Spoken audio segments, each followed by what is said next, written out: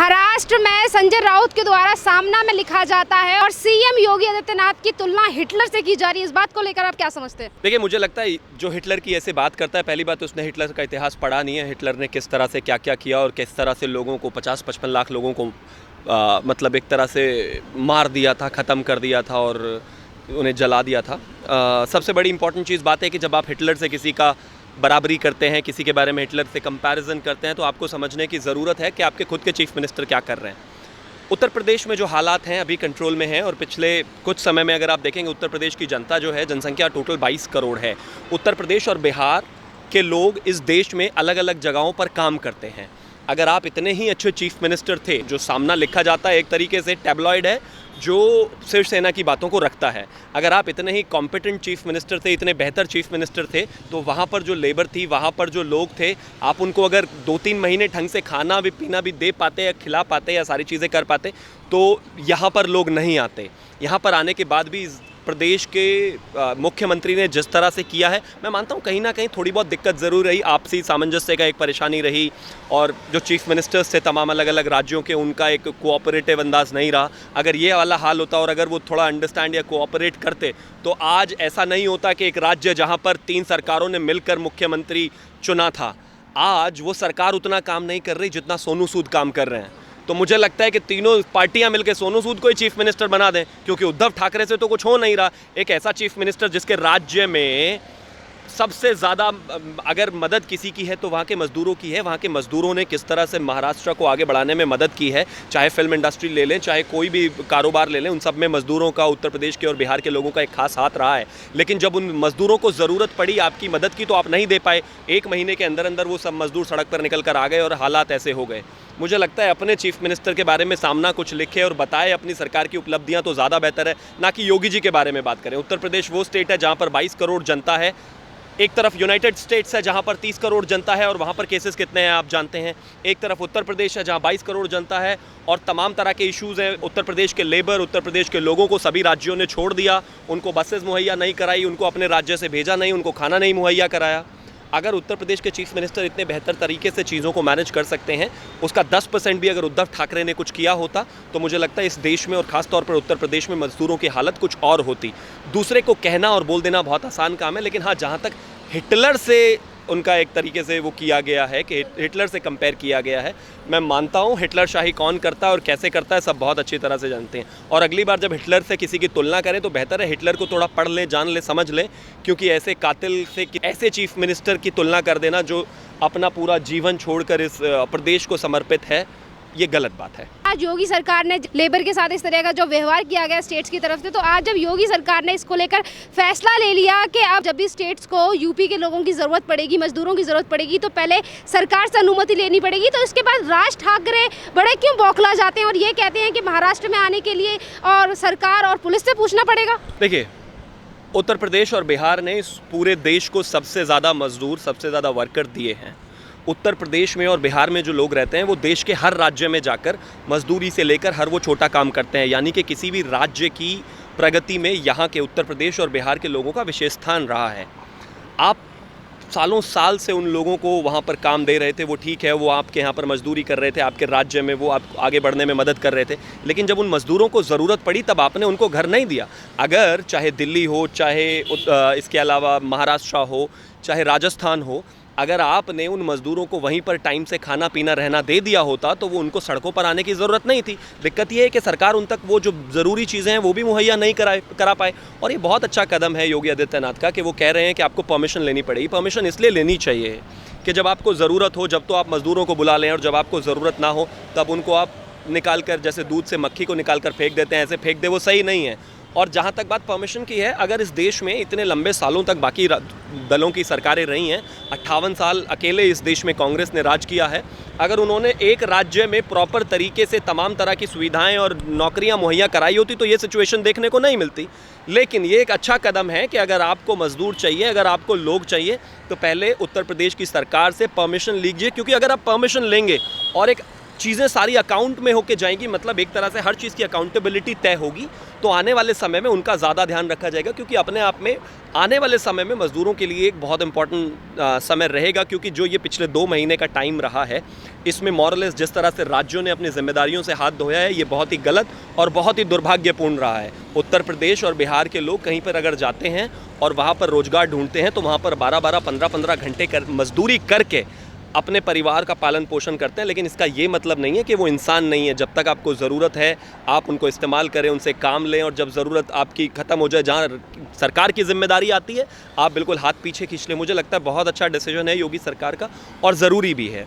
अगर इतनी जनसंख्या 22 करोड़ हमारी है, तो आने वाले समय में आज एक ऐसी सरकार है उत्तर प्रदेश में जो अपने लोगों को अपने ही राज्य में तमाम चीज़ें, तमाम उनको काम मुहैया करा सकते हैं। घर, खाना अगर हमें देना है तो हम अपने राज्य में ही दे देंगे, दूसरे राज्यों में जाकर नौकरी करने की आवश्यकता नहीं है। सर, अगर योगी सरकार ने ये फैसला लिया है तो इसको लेकर इतना ज़्यादा हाहाकार क्यों मच रहा है महाराष्ट्र में, और वहाँ के नेता इस तरीके की बातें क्यों कर रहे हैं, जबकि ये नियम पहले से ही केरला में है? देखिए, महाराष्ट्र को पता है कि उनके पास लेबर का कितना ज़्यादा परेशानी है, वो बहुत अच्छी तरह से जानते हैं। वहाँ पर एक छोटी सी ठेली लगाने वाले से लेकर फिल्म इंडस्ट्री को मदद करने से लेकर वहाँ की जितनी भी इकोनॉमिक कंपनीज़ हैं, तमाम वो चीज़ें हैं, तमाम सर्विस इंडस्ट्री है, उन सब में कहीं ना कहीं उत्तर प्रदेश और बिहार के ही लोग हैं। आप उनको मारोगे भी, पीटोगे भी, भगाओगे भी, गालियाँ भी दोगे, खाना भी नहीं दोगे, मजदूरी भी कराओगे, पैसा भी समय से नहीं दोगे। 3 महीने अगर आपको जिम्मेदारी आई कि उनको खाना खिलाने की, आप वो भी नहीं खिला पाएंगे। कांग्रेस के नेता संजय निरुपम ने कहा था कि हम पूरे सभी लोगों तक, मज़दूरों तक जो है खाना नहीं खिला सकते। अगर आप खाना नहीं खिला सकते मज़दूर को, गरीब को, वक्त के ज़रूरत के समय पर भी 2 महीने खाना नहीं खिला सकते, तो आपको कोई अधिकार नहीं है, ना ही तो उनको गाली देने का और ना इस बात पर राजनीति करने का। कोई राज्य है, मेरे राज्य से अगर आपको मज़दूर चाहिए तो जाहिर है आप मुझसे परमिशन लीजिए, परमिशन लेकर उसके बाद आप लेकर जाइए, उनको सारी चीज़ें मुहैया कराइए। एटलीस्ट किसी की तो जिम्मेदारी तय होनी चाहिए।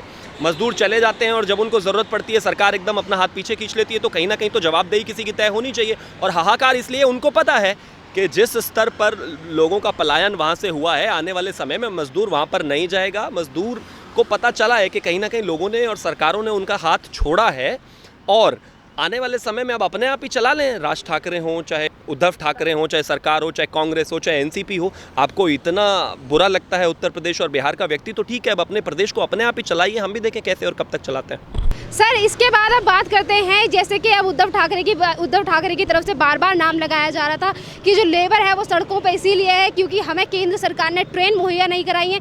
और जो पीयूष गोयल ने खुलासा किया, उन्होंने कहा कि अगर आपको ट्रेन चाहिए तो उसके लिए आपको लिस्ट भी देनी पड़ती है, और उस लिस्ट का हमने इतनी देर तक वेट किया, रात भर वेट किया, उसके बावजूद भी उद्धव ठाकरे की सरकार की तरफ से लिस्ट नहीं दी जाती केंद्र सरकार को। देखिए, तमाम राज्यों को ट्रेन्स ऑफर की गई हैं। अगर मैं उत्तर प्रदेश और बिहार की ही बात करूं, सबसे ज़्यादा ट्रेन्स उत्तर प्रदेश में आई हैं और उसके बाद बिहार में आई हैं। महाराष्ट्र की सिचुएशन करें, राजस्थान की बात करें, छत्तीसगढ़ की बात करें, इसके अलावा वेस्ट बंगाल की बात करें, वहाँ पर वो जगहें हैं, वैसी सिचुएशन है जहाँ पर आपको क्या था, सरकार ने बोला था कि विस्थापित मजदूर, यानी कि एक राज्य से दूसरे राज्य में जो मजदूर रहते हैं उनकी संख्या करीब 8 से 10 करोड़ है। 8 से 10 करोड़ लोगों को एक साथ अगर हम अपने जगहों पर पहुँचाएंगे तो कहीं ना कहीं कोरोना में ये अपने आप में एक बहुत गलत चीज़ होगी। लेकिन हम क्या कर सकते हैं कि राज्य एक लिस्ट बनाकर अपने मजदूरों की दे सकते हैं कि ये मजदूर हैं जिनको अपने राज्य जाना बेहद ज़रूरी है, और उसके साथ साथ जितनी भी ट्रेन आप चाहिए आप हमसे मांग सकते हैं। सरकार ने कहा था, रेलवे मंत्रालय ने बार बार आके और पीयूष गोयल जी ने आके बार बार कहा है कि हमारी क्षमता है कि हम 1000 से 1200 ट्रेन चला सकते हैं। लेकिन जब तक आप मांगोगे नहीं, बुलाओगे नहीं अपने लोगों को, तब तक कैसे आपको ट्रेन दी जाए। और दूसरी सबसे बड़ी बात यह है कि वो कहीं ना कहीं अपने आप में जिम्मेदारी टालने वाली बात है। हमें मजदूरों को अपनों को बुलाना भी नहीं है, क्योंकि जितने हमारे राज्य में लोग हैं हम उन्हीं को ठीक से खाना पानी और उनका कोरोना का ध्यान नहीं रख पा रहे हैं, तो और मजदूर आ जाएंगे तो डर है। तो बीच में राजनीति करते रहिए कि मजदूरों को हम बुलाना चाहते नहीं हैं, अपनी ट्रेन्स का अरेंजमेंट कर नहीं रहे हैं, ट्रेन्स मांग नहीं रहे हैं, लिस्ट दे नहीं रहे हैं। जैसे कि वेस्ट बंगाल का एक छोटा सा एग्जाम्पल है कि ममता दीदी ने अपने यहाँ पर मजदूरों को, अपने ही लोगों को बुलाने से मना कर दिया, क्योंकि उनको पता है वो नहीं कर सकते। अगर इतनी इनकॉम्पिटेंसी एक चीफ मिनिस्टर में है तो फिर आपको कुर्सी पे रहने का क्या अधिकार है। मुझे लगता है कहीं ना कहीं सबसे ज़्यादा ज़रूरी अगर कोई चीज़ है तो वो ये कि आप अपने लोगों को, उनकी एक प्रॉपर एक लिस्ट बनाइए, ट्रेन लीजिए और उनको वहाँ पर भेज दीजिए। आज सोनू सूद क्या कर रहे हैं, उसी सरकार के साथ काम कर रहे हैं। 12,000 मजदूरों को वो पहुँचा चुके हैं। सिंपल एक परमिशन ले रहे हैं, अपने पैसे से बसेस ले रहे हैं और यहाँ पर भेज दे रहे हैं। यही काम अगर राज्य सरकार चाहती तो कर सकती थी। प्रॉब्लम विल की है, करना नहीं चाहते। उत्तर प्रदेश में भी तो मजदूर आए हैं ना, 5 लाख से ज़्यादा मजदूर अभी तक पहुंच चुके हैं और 12,000 बसेस चल रही हैं, डेली काम हो रहा है। आप चाहें तो आप भी कर सकते हैं, लेकिन करना नहीं चाहते क्योंकि उनको पता है कि मजदूरों को भेजने में पैसा लगेगा, ट्रेन लेनी पड़ेंगी। तो उनका एक वो जो मैं कहूँगा किसी ना किसी तरह से कि एक टोटल अवॉइड करने वाला है, किसी भी तरह से मजदूर सड़क पे है तो होता रहे, भीड़ रोज इकट्ठी होती है तो होता रहे, हमें सिर्फ अपनी कुर्सी बचानी है, उसी से हमें मतलब है। राजनीति करने की बारी आती है तो महाराष्ट्र में उद्धव ठाकरे हों या फिर एमएनएसए के अध्यक्ष राज ठाकरे हों या फिर संजय निरुपम या फिर संजय राउत हों, ये सारे के सारे सामने आ जाते हैं। पर जब वहीं पर लगातार 1 महीने में दूसरी घटना हो जाती है कि नांदेड़ में फिर से 2 साधुओं को मारा जाता है, उसको लेकर ये अपना मुंह नहीं खोलते। देखिए, साधुओं को लेकर तो मुंह तो जब खोलेंगे, अगर आप भी और मैं भी बोलूँगा तो उस पर भी वो FIR कर सकते हैं। उनका काम है लोगों को दबाना। पिछले कुछ समय से आप देख रही हैं जिस तरह से वहाँ पर सिचुएशन रही है, हिंदुत्व से कैसे शिफ्ट होकर आइडियोलॉजी खुद उद्धव ठाकरे की दूसरी तरफ चली गई, आप सबने देखा है। कांग्रेस एक ऐसी पार्टी है स्ट्रेटेजिकली इस देश में आज़ादी के बाद से कहीं ना कहीं हिंदुओं को जितना चाहे दबाया जाए, माइनॉरिटीज़ को जितना चाहे ऊपर लाया जाए, कोशिश है। अभी आपने देखा है राम मंदिर की जिस तरह से खुदाई हुई है, एक डिसीजन, एक मंदिर जिसको इतने समय से देश मांग रहा था और तमाम तरह की रुकावटें उसमें लाई गई। आज जब खुदाई हो रही तो पता चला कि राम मंदिर था वहाँ पर हमेशा से। इसी तरह से स्ट्रेटेजिकली जानते हुए कि इस देश में सबसे ज़्यादा हिंदू है और उनका भी अपना एक स्टैंड है, उनके लिए भी एक इक्वालिटी होनी चाहिए, जब उसकी बात आती है तो तमाम पार्टियों के मुंह जो हैं बंद हो जाते हैं अपने आप में। और जहाँ तक बात साधुओं की हत्या की है, उसमें आपने देखा होगा कोरोना के माहौल में पालघर में घटना हुई, उसके बाद ये नांदेड़ में ये घटना हुई। मरने के बाद कहते हैं कि हमने इतने गिरफ्तार कर लीजिए। एक चीज़ बताइए, मुझे कोई कल मार दे, मारने के बाद मेरे कातिलों को गिरफ्तार कर लो, वो न्याय थोड़ी ना हुआ मुझे। आप मरने क्यों दे रहे हो? क्या ऐसा हो रहा है, उसकी जड़ तक क्यों नहीं जाते हो? मरने के बाद आप किसी की कितनी भी इंक्वायरीज करते रहिए, उससे कुछ नहीं होगा। मरने से पहले आप उनकी सिक्योरिटी रखिए, उस तक जाइए, तय तक जाइए, उस पर बोलिए और लोगों के खिलाफ सख्त से सख्त कार्रवाई कीजिए और एग्जाम्पल सेट कीजिए। अगर आप ऐसा करेंगे तो मुझे लगता है फिर इस देश में ये सब काम नहीं होगा।